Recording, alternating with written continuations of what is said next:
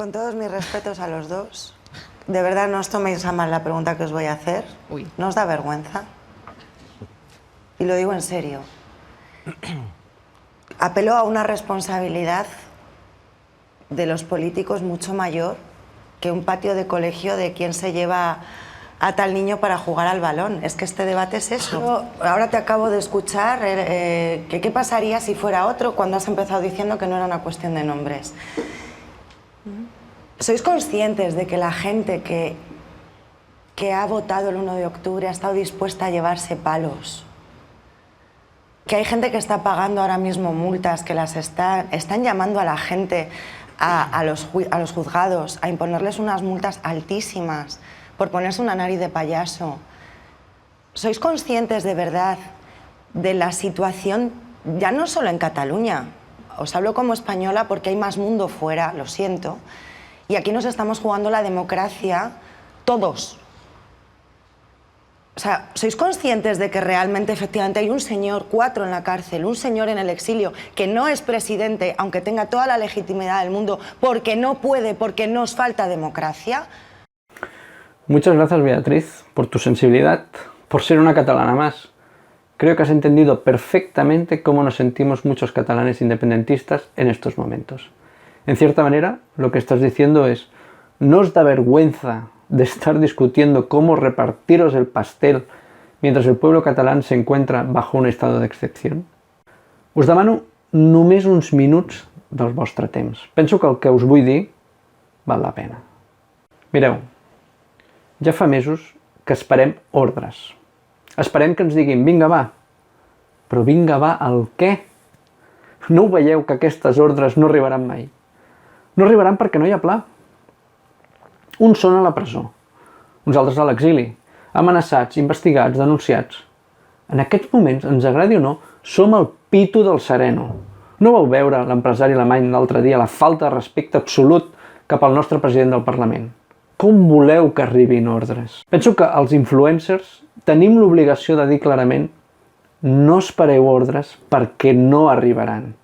Sortiu d'una vegada de la comoditat. Som la gent que cal que exigim. Ningú mourà res si nosaltres no exigim que es moguin. Els vam cedir el testimoni, però és que ara estan amb les mans lligades.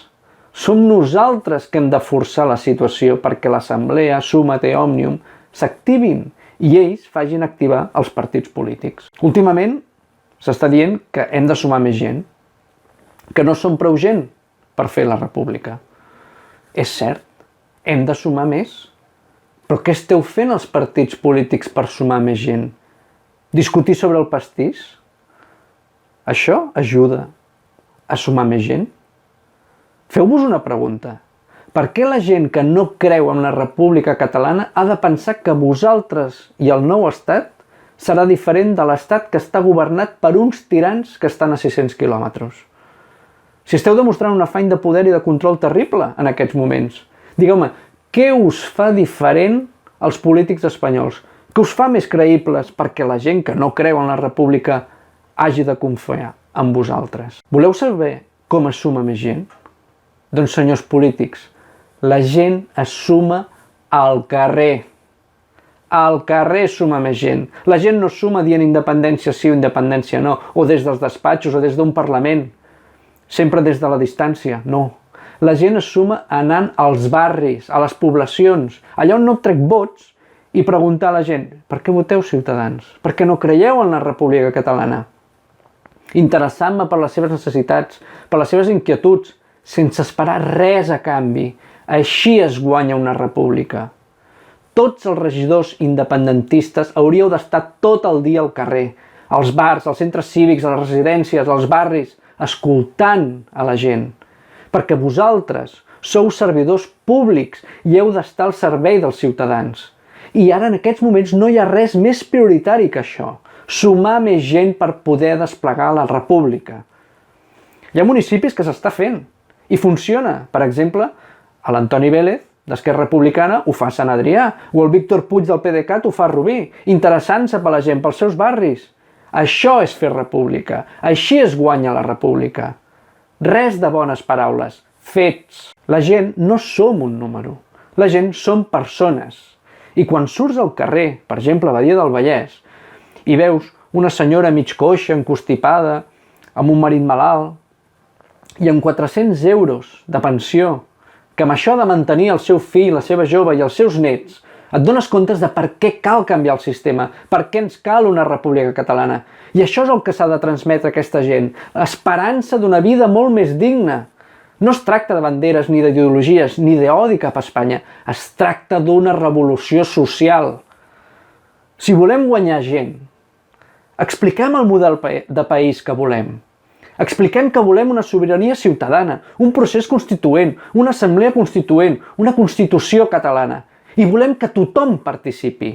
Deixem clar que el que volem no és el millor per nosaltres, sinó el millor per tothom que visqui a Catalunya.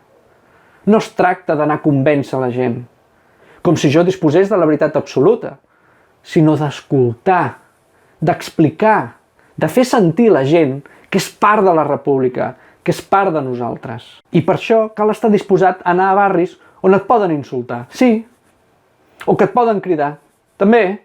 O inclús et pot venir un senyor dient «a quien tengo que matar». Perquè fins i tot aquest senyor, si l'escoltem i després li expliquem la nostra idea de per què volem una república, pot acabar creient en ella. Perquè a mi m'ha passat. Els catalans de l'1 d'octubre no ens mereixem això. No estic dient que haguem de fer un govern a correcuita per evitar el 155, sinó el que dic és que no ens mereixem que abandoneu la idea de defensar la república i us rendiu a una simple autonomia. Expliqueu al noi que va perdre l'ull que la seva resistència era simbòlica, o a la noia que li van picar fora amb la porra, o al senyor de l'infart, o a la gent que va rebre patades, i tanta altra gent que va rebre per defensar la dignitat i per defensar les urnes. O expliqueu al Valtònic o al Pablo Hasél que aniran a una presó que és simbòlica, o als presos polítics que estan en condicions infrahumanes que tot és simbòlic. No ho veieu que ens volen reduir al no-res, a unes institucions simbòliques.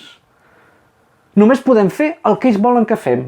Si ens sortim del camí, cop de garrot i a creure. Així és com es tracten els animals. Així és com es tracten els burros. I nosaltres no som burros. És normal que tingueu por. Tenim la Constitució, el rei, la justícia, la policia, el govern, els estats-nació d'Europa en contra. I una part del Parlament. I moltes coses en contra.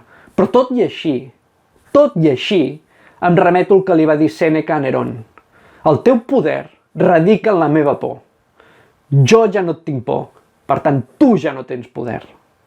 Per orgull, per dignitat, per als nostres avis, per la gent lluitadora que ja no hi és, només us demanem una cosa, que us poseu tots els partits independentistes d'acord i que no us mogueu de la taula de negociació fins que no hagueu trobat un acord.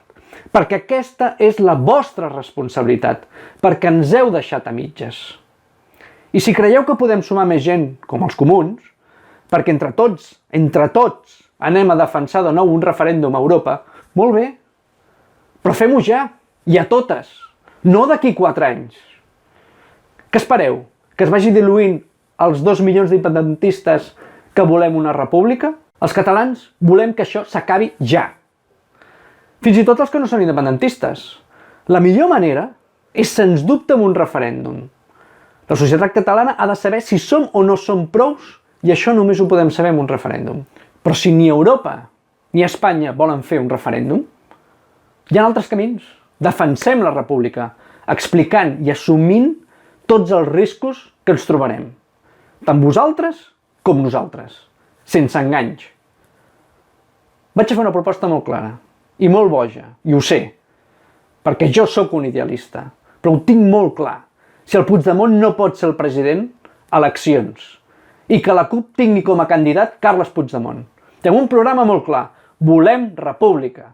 Sí, és cert, molta gent de la CUP mai votarà algú que és de dretes perquè és del PDeCAT, ni molta gent del PDeCAT votarà mai a esquerres perquè és del CUP, etc. Però és que en aquests moments no es tracta de dretes ni d'esquerres, es tracta del país, de la república, de la dignitat d'un país. De donar un cop a la taula i dir a Europa, ideològicament podem estar a les antípodes, però volem la república. I aquell lligam és més fort que tot. I preneu nota tots els estats europeus, perquè no ens aturareu. I després Esquerra correrà per entrar també al pacte. I si fem això, s'ha acabat la cançó de que Ciutadans és la força més votada a Catalunya. Us puc assegurar una cosa, que si els polítics aneu per la via autonomista, baixant el cap i acceptant una humiliació, una part de la societat catalana us passarà per sobre. Perquè ja ho va dir el Pep Guardiola fa molts anys. Aquest canvi com ara estem vivint necessitem d'algú, Però al final de tot aquest procés necessitem un polític realment, que digui, nanos, hem d'anar cap aquí, seguiu-me, que això s'ha de fer així. No, evidentment que no és l'únic. O el Fernández de la CUP, jo me'l veig i me'l crec, ho sento. Jo me l'escolto i dic, hòstia, aquest tio jo el votaré. I sento l'Oriol i dic, jo el votaré. I sento el president i jo el votaré.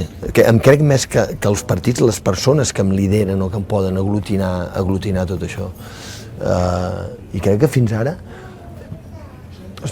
posar-te allà capdavant i arrossegar aquest d'això, sabent d'allò, té molt de mèrit, I crec sincerament que no els podem, no només el president Mas, sinó no els podem deixar sols.